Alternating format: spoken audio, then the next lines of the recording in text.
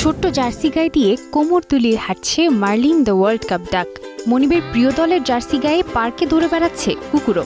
রাস্তায় চোখ রাখলেই দেখা যাচ্ছে বিভিন্ন দলের জার্সি, টুপি পরা পোষা প্রাণীদের। আর এই জার্সি বিক্রিরই ধুম পড়েছে মেক্সিকোর দোকানগুলোয়।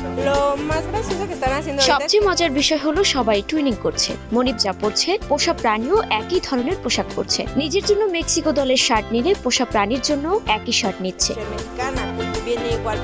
মেক্সিকোর বাসিন্দাদের কাছে পোষা প্রাণীগুলো পরিবারের সদস্যদের মতো। তাই পরিবারের সবাই যখন দল বেঁধে খেলা দেখতে যায় তখন পোষা প্রাণীদেরও বাদ দেওয়া হয় না। তাদের জন্য কিনছেন নানা ধরনের জার্সি, টুপি, এমনকি ছোট হেলমেটও।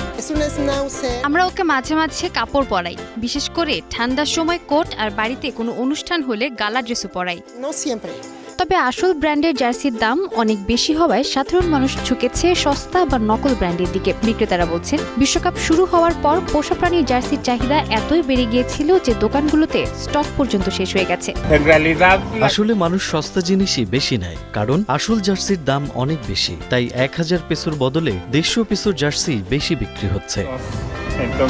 বহুজাতিক ক্রীড়া সামগ্রী প্রস্তুতকারক প্রতিষ্ঠান অ্যাডিডাস জানিয়েছে তারাও পোষা প্রাণীদের জন্য একটি কালেকশন চালু করেছে। তবে তাদের ওয়েবসাইট পর্যালোচনায় দেখা গেছে এই সংগ্রহটি মূলত কুকুর ও বিড়ালের মধ্যে সীমাবদ্ধ। হাঁস বা ঘোড়ার জন্য কোনো পোশাক সেখানে পাওয়া যায়নি।